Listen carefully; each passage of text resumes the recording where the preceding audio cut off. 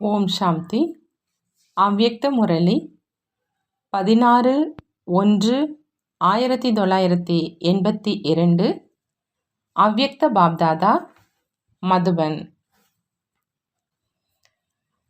இன்றைய முரளியின் தலைப்பு, என்னுடைய தந்தை வந்து விட்டார் என்ற இந்த ஓசை நாலாபுறங்களிலும் சப்தமாக ஒலிப்பதற்காக நாலாபுறங்களிலும் பரிஸ்தா ரூபத்தில் பரவிவிடுங்கள். இன்று பாப்தாதா எங்கே வந்திருக்கிறார், மேலும் யாருடன் சந்திப்பதற்காக வந்திருக்கிறார், இதை தெரிஞ்சிருக்கீங்களா அப்படின்னு கேட்குறாங்க பாபா. இன்று இறைவன் இறை நண்பனாகி வந்திருக்கிறாங்க அப்படின்னா, நண்பர்கள் அவர்களுக்குள்ள என்ன செய்கிறாங்க? பாடுவாங்க, சிரித்து கொள்வார்கள், சாப்பிடுவாங்க, மேலும் கலக்கலப்பாக இருப்பாங்க. அப்படி இன்று பாப்தாதா கூறுவதற்காக வரல, ஆனால் சந்திப்பதற்காக வந்திருக்கிறார். எவ்வளவு தூரங்கள்ல இருந்து எத்தனை விதமான இறை நண்பர்கள் வந்து சேர்ந்துட்டாங்க அப்படின்னு பாப்தாதா பார்க்குறாங்க. நிரந்தர நட்புல இதயத்துல என்னென்ன எண்ணம் வருதோ அவை அனைத்தையும் நண்பனுக்கு கூறுவாங்க. நீங்களும் இறைவனை அந்த மாதிரியான நண்பனாக ஆக்கி இருக்கீங்கள் தான் இல்லையா அப்படின்னு பாபா கேட்கிறாங்க. அழியாதவரோடு உறவை இணைச்சிருக்கீங்கள் தான் இல்லையான்னு கேட்குறாங்க. இந்த நேரம் இணைச்சிங்க, அடுத்த நேரம் துண்டிக்கிறீங்க, அப்படி அந்த மாதிரி இல்லையே, என்ன நினைக்கிறீங்கன்னு கேட்குறாங்க பாபா. அழியாத நட்பு இருக்குதா? முழு கல்பத்துக்குள்ள அந்த மாதிரி தந்தை என்று சொன்னாலும், நண்பன் அப்படின்னு சொன்னாலும், என்ன சொன்னாலும், அனைத்து உறவுகளை வைத்து கொள்றவங்க என்ன சொன்னாலும் இந்த மாதிரியானவர் கிடைப்பாரா? முழு கல்பத்தினுடைய சக்கரத்தை சுற்றி வந்தாலும் கிடைப்பாரா? மேலும் தன்னுடைய நண்பர்களை மற்றும் அனைத்து உறவினர்களையும் தந்தை வந்துதான் தேடினாரே அன்றி உங்களால் தேட முடியல. அழியாத அனைத்து உறவுகளையும் இணைத்து கொள்வதற்கான ஆதாரம் மற்றும் விதியை நல்ல முறையில் தெரிஞ்சிருக்கீங்களான்னு பாபா கேட்குறாங்க. எப்பொழுதும் மேரா பாபா அப்படிங்கிற ஒரு விஷயம் மட்டும் நினைவில் இருக்கணும். என்னுடையவர் என்னுடையவர் அப்படின்னு சொல்றதுனால அதிகாரி ஆத்மா ஆயிடுவீங்க. இது கடினமா அப்படின்னு கேட்குறாங்க பாபா. எப்பொழுது மேரா பாபா அப்படின்னு தந்தை கூறினார் அப்படின்னா, குழந்தைகளுக்கு மேரா பாபா அப்படின்னு புரிந்து கொள்வதில் என்ன கடினம் இருக்குது? இந்த என்னுடைய அப்படிங்கிற அந்த வார்த்தை 21 ஜென்மங்களுக்காக அழியாத சம்பந்தத்தை இணைப்பதற்கான ஆதாரம். அந்த மாதிரி சுலபமான வழியை கடைபிடிச்சிருக்கீங்களா அப்படின்னு பாபா கேட்குறாங்க. அனுபவியாக ஆகிட்டீங்கள் தான் இல்லையான்னு கேட்குறாங்க. இன்று எத்தனை புது புது குழந்தைகள் தன்னுடைய ஒவ்வொரு கல்பத்தினுடைய அதிகாரத்தை அடைவதற்காக வந்து சேர்ந்துட்டாங்க, மேலும் தங்களுடைய அதிகாரத்தை அடைந்து கொண்டும் இருக்கிறாங்க. அப்படி அதிகாரி குழந்தைகளை பார்த்து பாப்தாதா மகிழ்ச்சி அடைகிறாங்க. பாபா கேட்குறாங்க, ஜப்பானினுடைய பொம்மைகள் நன்றாக இருக்கிறீர்கள் தான் இல்லையா அப்படின்னு மிக அன்போடு பார்த்துட்டு இருக்கிறாங்க. பாருங்க, தேசம் மற்றும் மதத்தின் முந்தானைக்குள்ள இருந்த போதிலும் பாப்தாதா தன்னுடைய குழந்தைகளை தன்னுடையவர்களாக ஆக்கியிருக்கிறாங்க. ஆகையினால ஜப்பானுடைய பொம்மைகள் என்ன பாடல் பாடுறீங்க? மை பாபா. ஒவ்வொருவரும் இன்னொருவரை விட அன்பானவங்க. அதே மாதிரி பிரான்ஸ் தேசத்தினுடைய குழந்தைகளும் எவ்வளோ பிரியமானவங்க அப்படிங்கிறத பாருங்க. மொழியை புரிந்து கொள்ளாத போதிலும் தந்தையை புரிஞ்சிக்கிறாங்க. பிரேசில், மெக்சிகோ, இங்கே இருக்கிற அனைத்து குரூப்புகளும் மிக நல்ல குரூப்புகள். இந்த தடவை தூரதேசத்து குரூப் நன்றாக முயற்சி செஞ்சு வந்து சேர்ந்துட்டாங்க. லண்டன், அமெரிக்கா, ஜெர்மனியும் தொடக்கத்திலிருந்தே இருக்கிறாங்க. புது புது ஸ்தானங்களின் மிக அழகான பூச்செண்டுகளை பார்த்து பாப்தாதா மிகவும் மகிழ்ச்சி அடைகிறாங்க. அனைத்தையும் விட தொலைதூர ஸ்தானம் எது? பரந்தாமம். சரியாக சொன்னீங்க. ஆனால் எவ்வளவுதான் தூரமான ஸ்தானமாக இருந்தாலும் அந்த அளவே வந்து சேர்வதில் ஒரு நொடியில் கால தாமதம் இல்லாமல் வந்து சேர்ந்துடுறீங்களா அல்லது நேரமாகுதா அப்படின்னு கேட்குறாங்க. ஹாங்காங்கேன், அதாவது சீன மொழி பேசுகிறவங்க அந்த குழந்தைகள் வந்து சேர்ந்துட்டாங்க. இறை பூச்செண்டின் மிக அழகான மலர் நீங்கள் சொல்கிறாங்க. தன்னை இந்த பூச்செண்டினுடைய மலர் அப்படின்னு அனுபவம் செய்றீங்கள் தான் இல்லையா?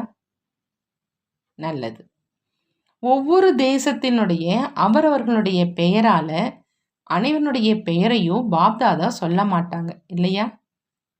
அப்படி ஒவ்வொரு தேசத்துல இருந்து வந்திருக்கும் அனைத்து குழந்தைகளும் மிக பிரியமானவங்க. பாப்தாதாவை சந்திப்பதற்காக வந்திருக்கீங்க. மேலும் பாப்தாதாவும் அனைத்து குழந்தைகளை பார்த்து குழந்தைகளின் விசேஷத்தின் பாடலை பாடுறாங்க. பார்படோஸை சேர்ந்தவர்களும் மிகவும் ஆன்மீக குஷி அடைகிறாங்க.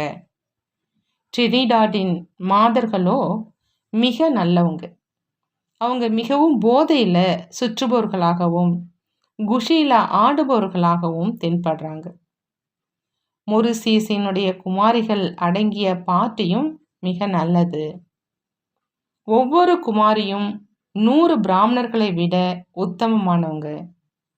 ஒருவேளை 4 குமாரிகள் கூட வந்திருக்கிறாங்க அப்படின்னா 400 பிராமணர்கள் வந்துட்டாங்க. நீங்கள் நம்முடைய குரூப் மிக சிறியது அப்படின்னு நினைக்கிறீங்க. ஆனால் உங்களில் 400 பேர்கள் அடங்கியிருக்கிறாங்க. சிறிய குரூப் அல்ல. மற்றபடி ஆஸ்திரேலியா மற்றும் லண்டனோ அவர்களுக்குள்ள பந்தயம் செய்கிறாங்க. மற்றும் ஜெர்மனி இடையில கண்டெடுக்கப்பட்டவர்களாக ஆகிட்டாங்க. துபாயும் 1,00,000க்கு சமமானவர்கள். நைரோபி மிக அதிக அதிசயம் செஞ்சிருக்கிறாங்க. யாருமே இதுவரை கட்டாத மினி பாண்டவ பவனை நைரோபியை சேர்ந்தவங்க கட்டியிருக்கிறாங்க. நல்ல வெள்ளை மாளிகையை உருவாக்கியிருக்கீங்க. ஜெர்மனிக்கும் மிகுந்த கிளைகள் இருக்குது. அமெரிக்காவுக்கும் மிகுந்த கிளைகள் இருக்குது. முழு ஐரோப்பாவும் நல்ல முயற்சி செஞ்சு லண்டன் மற்றும் ஆஸ்திரேலியாவுக்கு சமமாக வளர்ச்சி அடைந்து கொண்டிருக்கிறாங்க. அமெரிக்காவை சேர்ந்தவங்க என்ன செஞ்சிட்ருக்கிறாங்க? அமெரிக்கா அநேக மூலைகளில் சேவை நிலையங்களை திறந்திருக்கிறாங்க. இந்த சாதுரியத்தை மிக நன்றாக செஞ்சிருக்கிறாங்க. இப்போ நாலாபுறங்களிலும் சேவையினுடைய நல்ல முற்றுகை இட்டிருக்கீங்க. இதன் மூலமாகத்தான் நேரம் வரும்பொழுது ஒயிட் ஹவுஸின் மேலே லைட் ஹவுஸின் வெற்றி ஏற்படும். அதாவது வெள்ளை மாளிகையின் மேலே கலங்கரை விளக்கத்தினுடைய வெற்றி ஏற்படும்.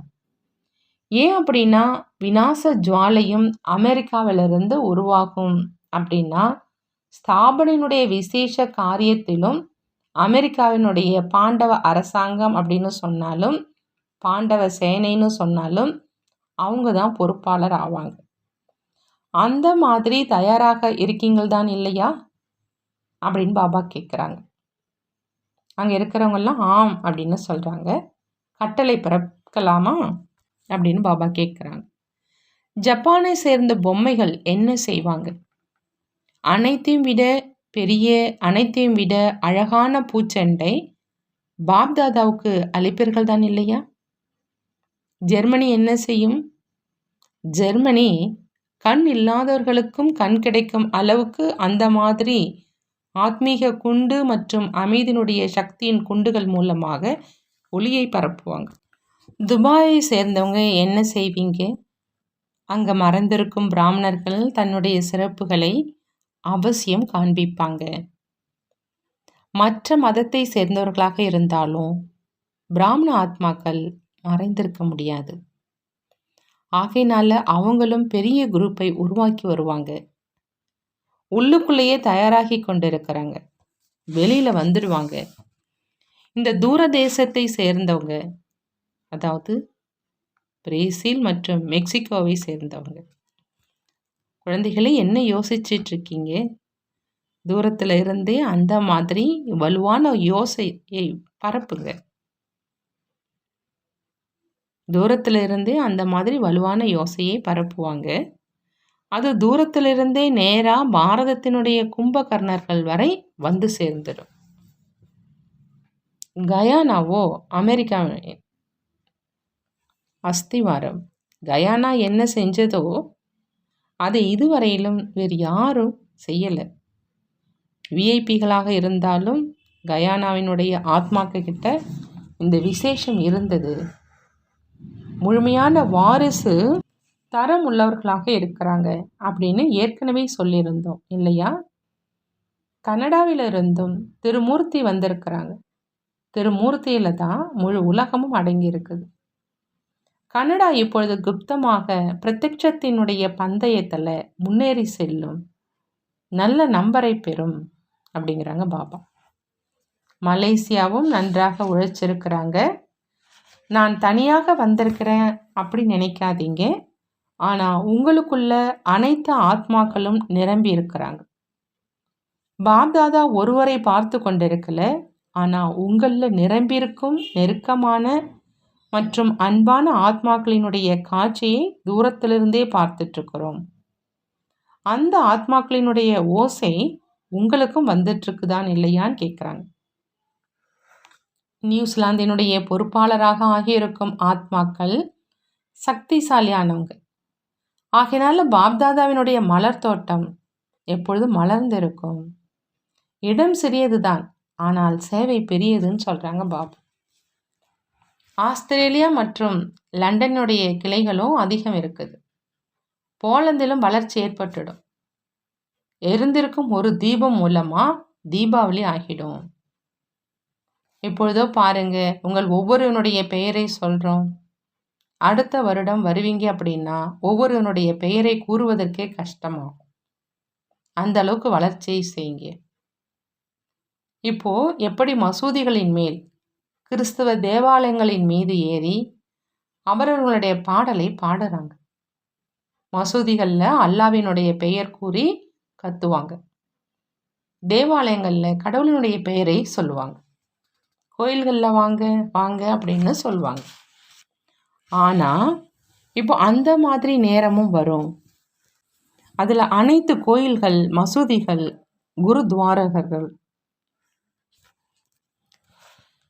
குருத்வாராக்கள், தேவாலயங்கள் ஆகிய அனைத்தையும் சேர்த்து ஒரே ஒரு ஓசைதான் ஒலிக்கும், நமது தந்தை வந்துவிட்டார் அப்படின்னு. பிறகு பரிஸ்தாக்கள் உங்களை எங்கே சென்று விட்டார்கள் அப்படின்னு தேடுவாங்க. நாலாபுரங்களிலும் பரிஸ்தாக்களே அவங்களுக்கு தென்படுவாங்க. முழு உலகத்திலும் பரிஸ்தாக்கள் மேகங்கள் மூடுவது மாதிரி பறந்து மூடிடுவாங்க. மேலும் அனைவருடைய பார்வை ஏஞ்சல்கள் உங்களினுடைய பக்கம் மற்றும் தந்தையினுடைய பக்கம் இருக்கும். அப்படின்னா பரிஸ்தாக்களினுடைய காட்சியை அளிக்கும் அந்த நிலை வரை வந்து சேர்ந்துட்டீங்களா அப்படின்னு பாபா கேட்குறாங்க. இப்பொழுது ஒருவேளை கொஞ்சம் கொஞ்சம் ஆடுறீங்க என்றாலும் கூட நேரம் வரும் பொழுது அவை அனைத்தும் முடிவடைஞ்சிடும். ஏன்னா ஒவ்வொரு கல்பத்திலும் நீங்களே தான் நிச்சயிக்கப்பட்ட பரிஸ்தாக்கள். உங்களை தவிர வேறு யார் இருக்கிறாங்க? ஆகையினால கொஞ்சம் கொஞ்சம் ஆடுவதற்கும் அசைவதற்குமான காட்சிகளை என்ன இப்பொழுது காண்பிக்கிறீர்களோ இவை அனைத்தும் விரைவிலேயே முடிவடைஞ்சிடும். பிறகு அனைவருடைய வாயில இருந்தும் மாயா சென்று விட்டது, மேலும் நாங்கள் மாயாவை வென்றவர்களாக ஆகிட்டோம் அப்படிங்கிற அந்த வார்த்தைகள் தான் வாயிலிருந்து வெளியாகும். அந்த நேரம் வந்துட்டு இருக்குது அப்படிங்கிறாங்க பாபா. நல்லது. இன்று அனைவருக்கும் பிக்னிக். பாப்தாதா இன்றைய பிக்னிக்கில் அனைத்து குழந்தைகளிடமிருந்து பரிசை பெறுவார். கொடுப்பதற்காக தயாராக இருக்கீங்களான்னு பாபா கேட்குறாங்க. 2 வார்த்தைகள் அடங்கிய பரிசு தான். எப்பொழுதும் கிளியர் மற்றும் கேர்ஃபுல்லாக இருப்பது. எப்பொழுதும் அதாவது தெளிவாக மற்றும் கவனமாக இருப்பது. இதனுடைய ரிசல்ட்டாக சியர்ஃபுல் ஆகியே விடுவீங்க.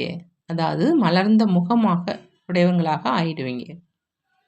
கிளியராக இருப்பதில்லை, ஆகையினால எப்பொழுதும் ஒரே சீராக இருப்பதில்லை. மேலும் டிப்ரெஷன் அதாவது மன அழுத்தம் அப்படிங்கிற அந்த வார்த்தையை அடிக்கடி சொல்கிறீங்க. அதுவும் இந்த நிலையில தான் உருவாகும். எனவே என்ன விஷயம் வந்தாலும் அதை கிளியர் செஞ்சிடுங்க.